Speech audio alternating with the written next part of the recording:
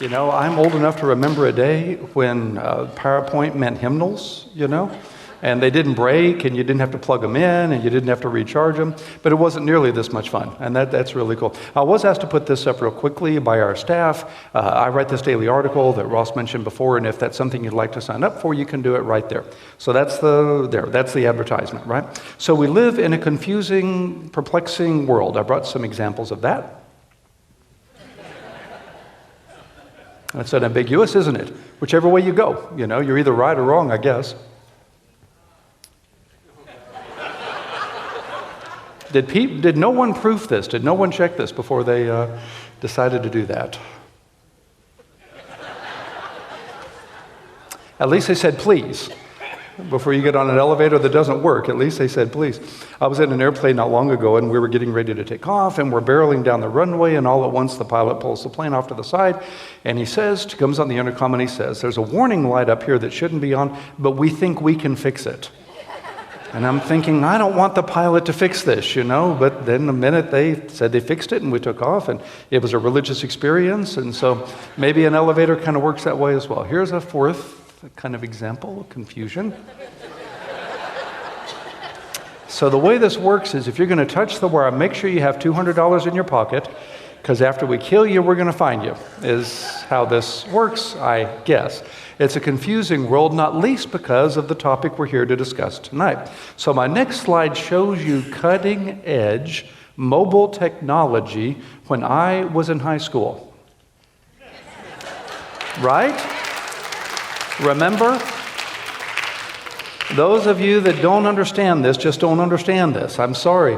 This is my father's World War II manual typewriter. It got me through high school and college and my master's in divinity. This machine did. It's been sitting in a closet forever. Some years ago, my sons got it out of the closet. They pulled it out of the case and they said, "What is it?"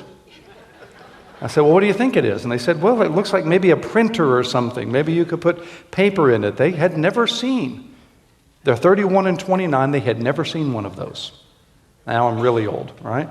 I knew I was getting older every day, but now I'm really old. When I was in high school, this was cutting-edge technology for calculating right there.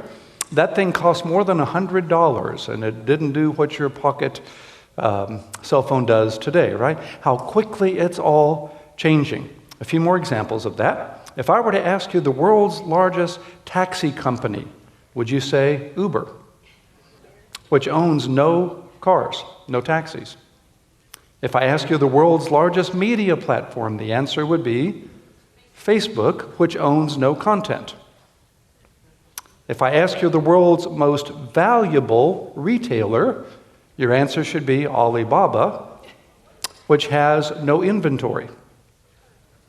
And if I ask you the world's most profitable hospitality company, your answer should be Airbnb, which owns no properties. So how does that work, right? Technology has been defined as anything that was invented after you were born. Right? Feels that way, doesn't it? There's a better definition, actually. John Dyer, who teaches at DTS, Dallas Theological Seminary, has a terrific book on a theology of technology that I recommend to you. And he defines technology as the human activity of using tools to transform God's creation for practical purposes. I think that's as good as we'll do. Tonight, very quickly, I'd like to walk with you through these 5 applications of that definition. Technology in the future, why we fear technology, how technology is changing us, how it's changing our culture, and then where ultimately we want to go, of course, using technology biblically. And then I'm really excited about the panel discussion that we'll come together to discuss in just a bit. So earlier this year, MIT, Massachusetts Institute of Technology, published their predictions of 10 technological innovations we will see this year. As we're thinking of technology and the future as in this year future, here's their list. First, 3D metal printing. This year, enabling contractors to be able to produce buildings and all sorts of material out of 3D printing capacities. What's that going to do to job losses? What will that do to our economy as that becomes the new norm? Artificial embryos. I work with Baylor Scott and White Health as their resident scholar for ethics, and we could have a long conversation about genetic medicine and artificial embryos. At the very least, I can tell you that we're moving ever and ever closer scientifically to the age when we can clone human organs and someday perhaps even human beings. And what will that mean for us morally and ethically? We're not there yet. We're not there yet. It's illegal to do that, to clone humans per se, but there are researchers specifically in China that are working hard on that even as we speak. Smart cities. Maybe you saw the news report that was out this week where there's some houses now being built in California that are built entirely on the Alexa platform. So that through Alexa you can control not only your television and your climate control, you can control your sprinkler system, you can control the locking of your doors and your going and coming through your garage. Everything about your house is going to be controlled through this one system. And what happens when someone hacks that? What happens to your personal information in a world like that? Is this going to be kind of this surveillance kind of world that has been prophesied all these years, kind of a George Orwellian sort of a world? Is that where we're headed? Cloud-based AI services and neural artificial intelligence networks, moving quickly to a day when, according to some, artificial intelligence will be smarter than we are, and will it agree to cohere with us on the planet? Or not? Are we going to be in that 2001 Space Odyssey world as we're moving closer to a day? Some call it the singularity, when AI will be more capable than we are and capable of thinking in a sense of working intuitively to solve problems. And when that happens, then what does the world look like? Earbuds that translate instantly are going to be a thing this year. And will terrorists be able to use those in ways that we would wish them not to? Zero carbon natural gas, and what will that mean for our economy and for our energy producing sectors? Perfected online privacy, as though there is any such thing as perfected online privacy. Genetic fortune telling moving to eugenics, the ability through in vitro fertilization to, it's called pre-implantation genetic diagnosis, where you create embryos in the laboratory and then you test them for 2,000 diseases. We're doing that today. But the day is coming when we might be able to test them and even engineer them for capacities, athletic abilities, or singing voices, or intelligence. That day could come. And is that how everybody will have children? Will this be eugenics? What will that mean to the future of the species? And then last, quantum computing, and what will that mean to your personal information and the ability to keep that private? And those are just the things that are supposed to happen this year. And you see the positives, and you see the negatives, and you see the ambiguities in all of this, and how confusing and perplexing and complex all of that is. So, why is it that we fear this stuff so much? It's been suggested that Abraham Lincoln was closer to Father Abraham in terms of technology than he is to our culture today. That Abraham Lincoln's world would have been more at home in the day of the patriarch Abraham than he would be in our culture today. We have to thank for that this man, George Moore, and what's known as Moore's Law. Back in 1965, he made the observation that's so far still holding true, which is that smart chips, computer chips, are going to double in their capacities every 2 years. That's happening. To illustrate that, imagine a chessboard. Imagine that you place 2 grains of rice in the first corner on the bottom left, and they start doubling every square, 2 to 4 to 8 to 16 to 32 and so forth. By the time you get to the second half of the square, your number is 18 quintillion. That's what doubling does. And that's what's happening in our technology. That was a cell phone 30 years ago. Cutting edge stuff, right? You remember? Anybody have one of those cell phones built into your car? Remember those things? How awesome they were? I remember the first cell phone I had that you could carry around that didn't need its own battery. And that's 30 years ago. The first iPhone came out in 2007. Think about iPhone today versus iPhone then. And you're seeing the speed and the rate at which technology is moving. And the problem is that we can't move as fast as it does until this present generation Technological advances moved at such a pace that culture could keep up.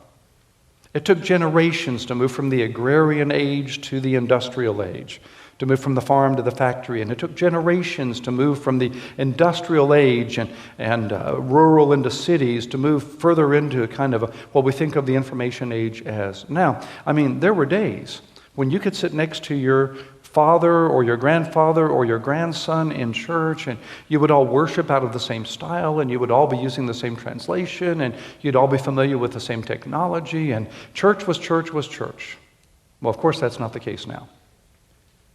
My grandfather, who served in World War I, changed his employer 3 times in his life, which made him exactly average. The person entering the workforce today changes their vocation 7 times. Not just their employer, their vocation 7 times. And so the bottom line is technology, especially digital technology, is changing our culture more rapidly than we can keep up. And when you're in a context like that, fear is a normal human emotion. Mary Shelley, who should know something about that wrote the book Frankenstein, said, "Nothing is so painful to the human mind as a great and sudden change." Isn't that true? It's been said the only one that likes change is a wet baby. And there's some truth in that. I didn't have a slide for that. You're grateful for that. It's also been said change is good until it happens. And isn't that true as well? So let's talk about some of the ways that technology is changing us. And then we'll talk about ways technology is changing our culture, and then we'll see what the Bible would say about all of this. In John Dyer's book, he suggests that you think of technology as a shovel. You're using a shovel to dig a hole or to plant a tree or whatever you're doing, but all the while you're using the shovel is using you. You're changing things with the shovel, but the shovel's changing you. Your hands are getting calloused or they're getting blistered, your back is getting sore. Things are happening to you all the while you're using this tool. You're being changed by the tool. That is categorically the case with digital technology on an unprecedented level in human history. Some examples. Information overload. Brain scientists, know the part of your prefrontal cortex that processes information. And through MRI scans and other experimentation, they have been able to determine that when that part of your brain receives an information overload, it shuts down. It simply can't process, and it stops. It quits. You've heard of the paralysis of analysis. You've probably been in a situation at some point where it seemed like it was just too much. You just couldn't keep up. You couldn't think about it anymore. Well, that's a physiological fact. That's a thing. There is a thing such as information overload that actually happens to us physiologically in our brains. There's a decline of writing skills that's been documented in this culture. Young people are writing more than ever before because of texts and Twitter, but they're writing differently than ever before. Grammar doesn't work in the Twitterverse, right? Following methods that we grew up thinking were important to good communication is no longer relevant in that world. And so writing technologies are changing writing techniques, and there's actual physiological rewiring that's happening inside the brain. It's not just that some folk can't communicate the way that older generations did in the sense of not wanting to, it's happening in a sense of not being able to, of literally processing differently. Another example of that is shorter attention spans. You saw that in the slideshow that started the night, the video that started us all here. The attention span of the typical goldfish and then the typical American. We're just being conditioned by that. You're thinking about all the visual things that are happening in your life. You're thinking about the ads that are bombarding you and the shorter attention spans that go with that. We're at a day now where people don't read a Wikipedia article, they read the first paragraph, or they read the first sentence of a Wikipedia article. When Twitter went from 140 to 280 characters, there was a lot of pushback from folk that didn't want to read 280 characters, didn't have the attention span for 280 characters.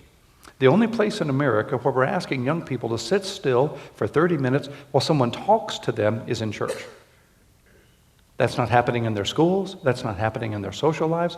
That's not happening anyplace else. Watch the evening news and track how much time you actually see the face of the newsreader versus how much time you're seeing clips and going to other reporters and seeing images behind them. Just track that next time. They're doing that on purpose.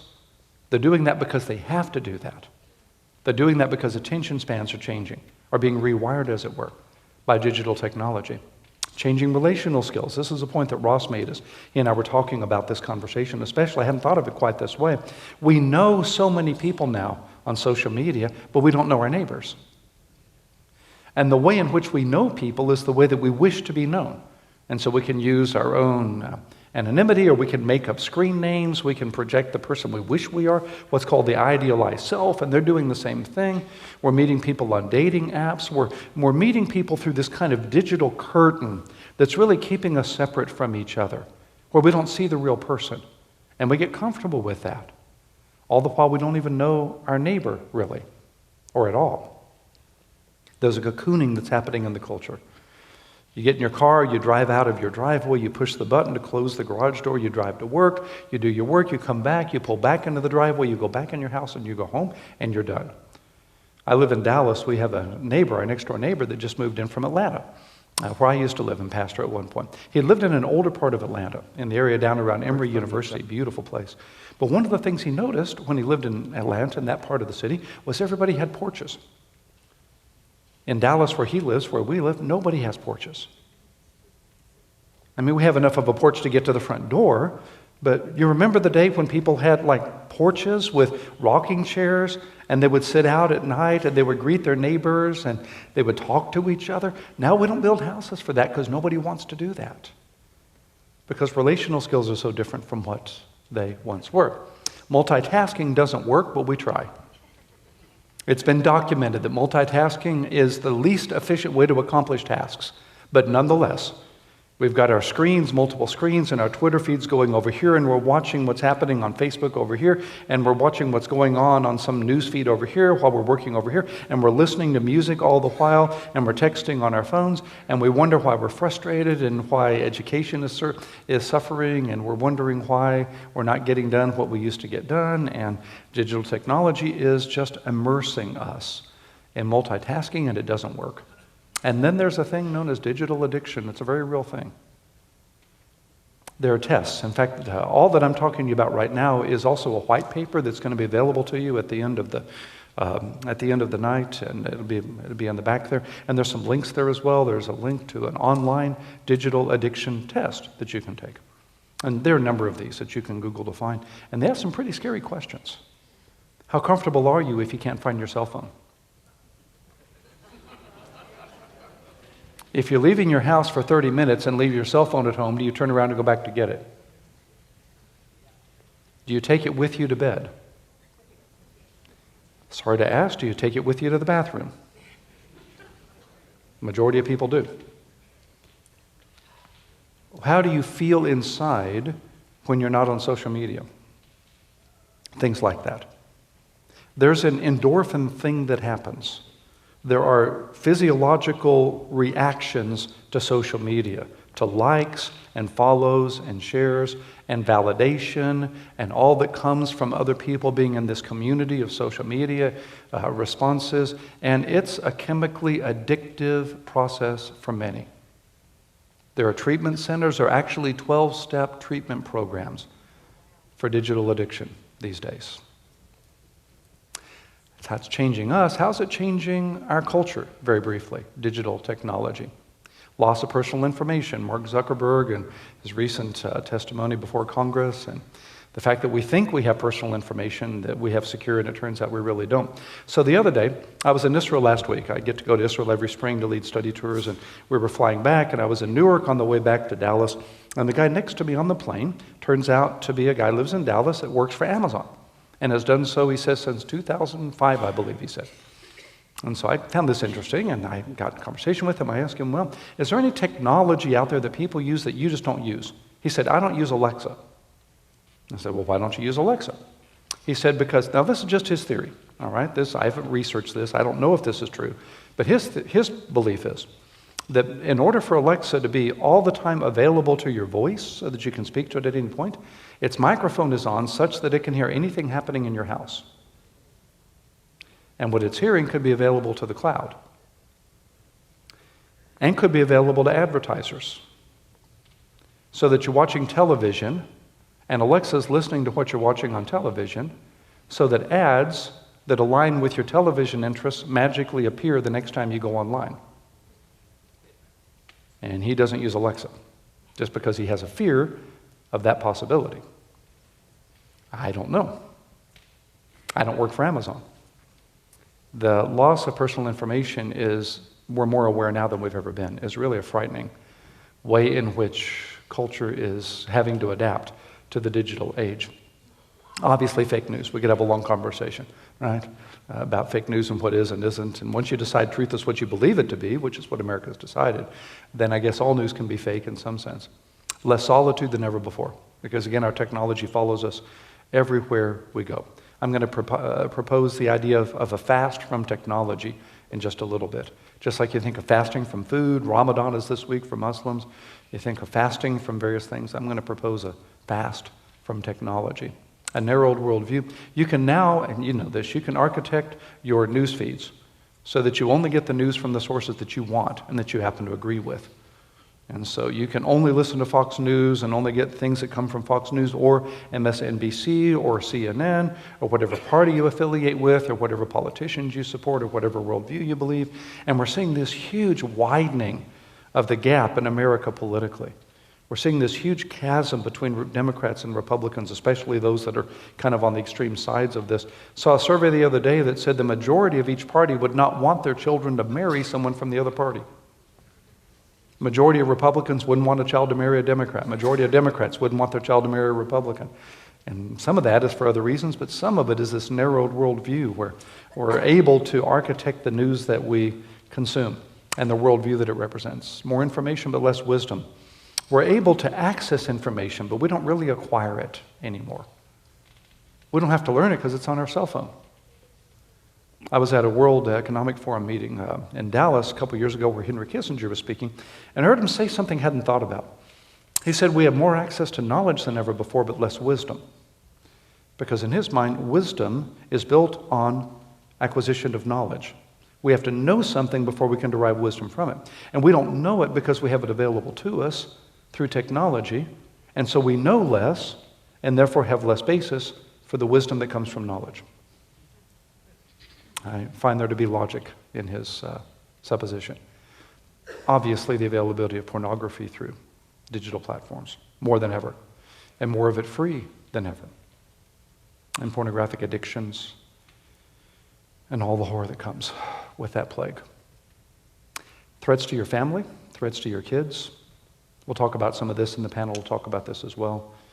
What we can do to keep our kids from various addictions that are available through digital platforms, through sexting, through videos that they post that follow them forever. There are whole marriage therapy practices right now centering on ways to help spouses deal with digital technology and the fact that they're together but they're not. You know, you walk into a restaurant and you see people sitting at the same table sharing, in essence, the same experience, but they're on their own screens, and they may as well be in separate worlds. And you're seeing this more and more happening inside couples and families, and we'll talk about some of that in just a bit. And then what I would consider to be self-idolatry. The basic sin in all of human nature goes back to Genesis 3, where Satan tempts the woman to say, if she eats the forbidden fruit, you will be like God. That's the only sin there is. Everything we do by way of sin is a variation on that theme. Nietzsche said the will to power is the basic drive in human nature, and he was exactly right. All sin is our desire to be our own God, and technology promises to help. Offers us the illusion of control, offers us the illusion of omniscience and omnipotence, and leads so easily to self-idolatry. So last, how do we respond to this biblically? I want to make these suggestions. First of all, use technology within a biblical worldview. We could have a long conversation that we don't have time for tonight, but let me try to do this really quickly. I'm going to subject you to about 2 minutes of philosophy, all right? Ross didn't know I was going to do this, wouldn't have invited me had he known. I'm going to try to make this as painless as possible. So we go back in time, all right? Go back to the era, let's say that we're 600 years before Christ or so, all right? There's this wandering philosopher guy, poet guy named Orpheus, who comes up with this crazy idea that your soul existed in some pre-incarnate state and it sinned, we would say, and it was punished by being put inside your body, and the point of life is to purify your soul so that when you die it can go back where it came from. Now that's just one idea among other ideas. But it influenced Pythagoras, who influenced Plato, who influenced the whole Western world. So that in the Western world, we make this distinction between the soul and the body, and the spiritual and the secular, and religion and the real world. The way the Greeks did religion might sound familiar. You go to the altar of whatever god you need to worship because you have this transactional relationship. You're going to sea, so you're going to worship Neptune. You're going to war, so you're going to worship Ares. You make a sacrifice to the god, so the god will give you what you want. You don't have a personal communion with these gods. You have a transactional relationship, not a transformational relationship. It's a transactional religion. It's like going to church on Sunday, so God will bless you on Monday. It's like having a quiet time at the start of the day, so God will bless your day. It's like giving money to God, so that God will bless your money. Does that sound familiar? It's a transactional religion. That's our culture. We've inherited from the Greeks and the Romans this whole worldview that separates the God parts of your life from the other parts of your life. Walked the dog, took out the trash, read the Bible, checked the box, checked the God box. And so because we've learned to separate God into a part of our lives, we have these whole realms of our lives, these whole technological areas of our lives that we really separate from the Lordship of Jesus Christ. And we have this idea, so long as we go to church and try to be good and read and pray, that kind of what we do with all this stuff is just kind of our stuff, you know? C.S. Lewis says we're like honest people that pay their taxes, but certainly hope there's money left over to do what they want. You do your religious stuff, and you're kind of free to do what you want to do. Well, the right way to see technology is the right way to see any dimension of your life, to see all of it as under the sovereignty of Jesus Christ. To say this is your Father's world, as Ross said at the beginning, to understand that God's still on his throne and he's still in charge, and to put him in charge of every part of your life, technology especially. So you remember the great commandments. Love the Lord your God with your heart, soul, mind, and strength. Love your neighbor as yourself. Technology can be your friend. There are enormous ways technology can help you love God with your heart, soul, mind, and strength. For instance, I should have brought it out, I guess. I've got it in my briefcase back there.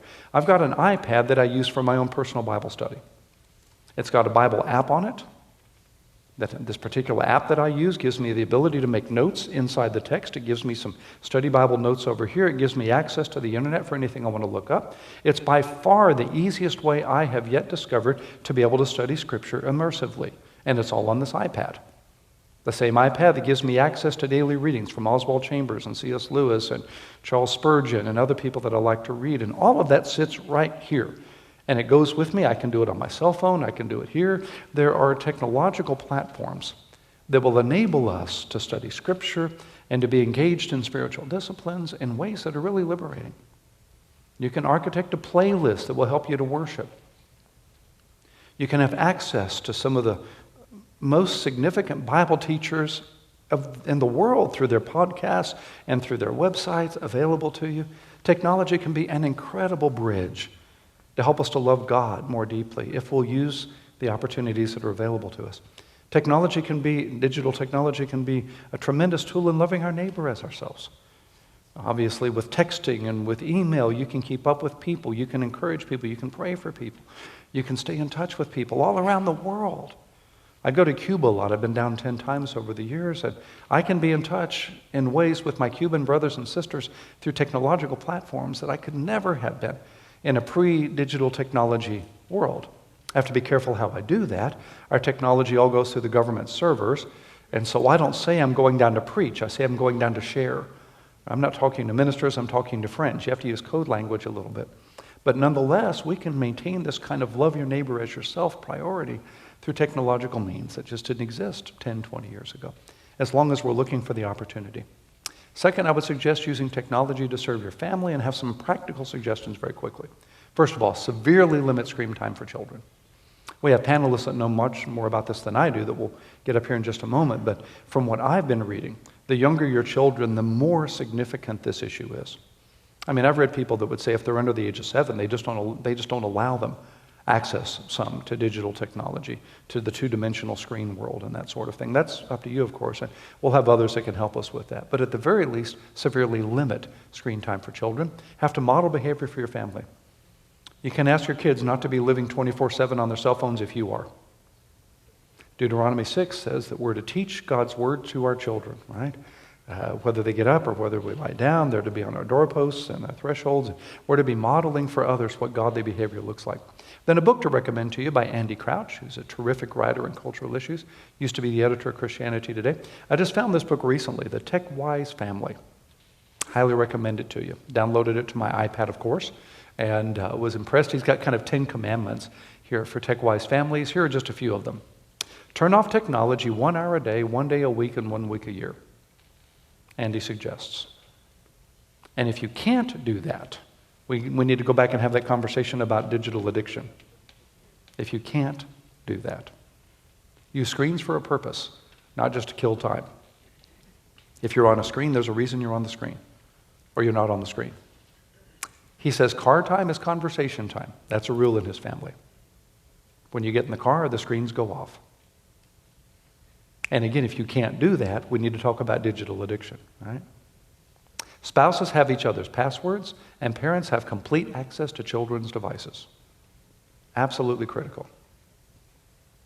And if there's any reason you don't want to do that, then there's a larger issue here, right? Last, using technology to serve the kingdom. Technology has always been with us, just not on a digital context. This was technology when 10 Commandments were carved into stone tablets. That was a tool that was used to advance humanity. And then we got to papyrus, and then we got to parchment, and that was technology. That was cutting-edge technology. This was hugely significant, the Gutenberg press, making possible not only the printing and the distribution of Scripture, but in many ways the Reformation as a result of all of that. Now the question we ought to be asking ourselves is, how can we be using technology to advance the kingdom today? What could you be using your cell phones and your smart devices to do, not only to know God and love God more fully, but to love your neighbor more effectively? What could you be doing? One quick example before I'm done. This organization, Global Media Outreach, founded by my dear friend Walt Wilson. Walt worked for Steve Jobs back when Jobs was first president of Apple, before he left and all of that, and came back after. When Jobs left, Walt left and did several different technology firms, software stuff. Apple stores were Walt Wilson's idea.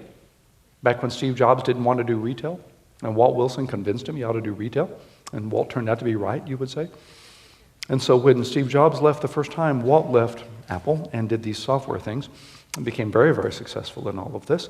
And some 20 years ago, Walt began asking himself, all right, with this platform, what could we do to get the gospel to every person on earth?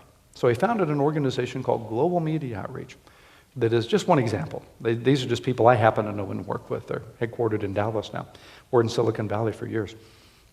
They have, in recent years, through mobile platforms, through partnerships with Google and Toyota and Coca-Cola and other platforms and such as that, they can document that they have so far been able to share the gospel with more than 1 billion people. And that's just one organization. Their goal, if Walt were standing up here, and he should be, you'd love Walt Wilson.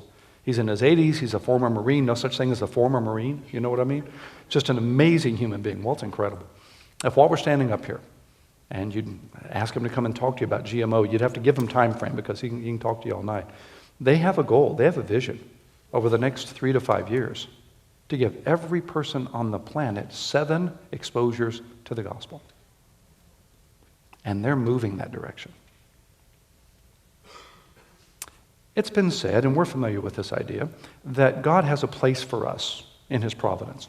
That God called me to be in Dallas today. God called you to be in Marble Falls. God called your pastor to be here and to be in this church. And obviously we believe in God's providence, and we believe in the sense that God has place for us. But God also has time for us. God has not only a where, but a when in His providence. It's by God's providence that you and I are alive right now, and not 100 years ago, or 100 years from now if the Lord tarries. And so as confusing as tonight's conversation might seem, as challenging as some of these breakthroughs and innovations are, If you and I couldn't use the platforms available to us to the glory of God, we wouldn't be here.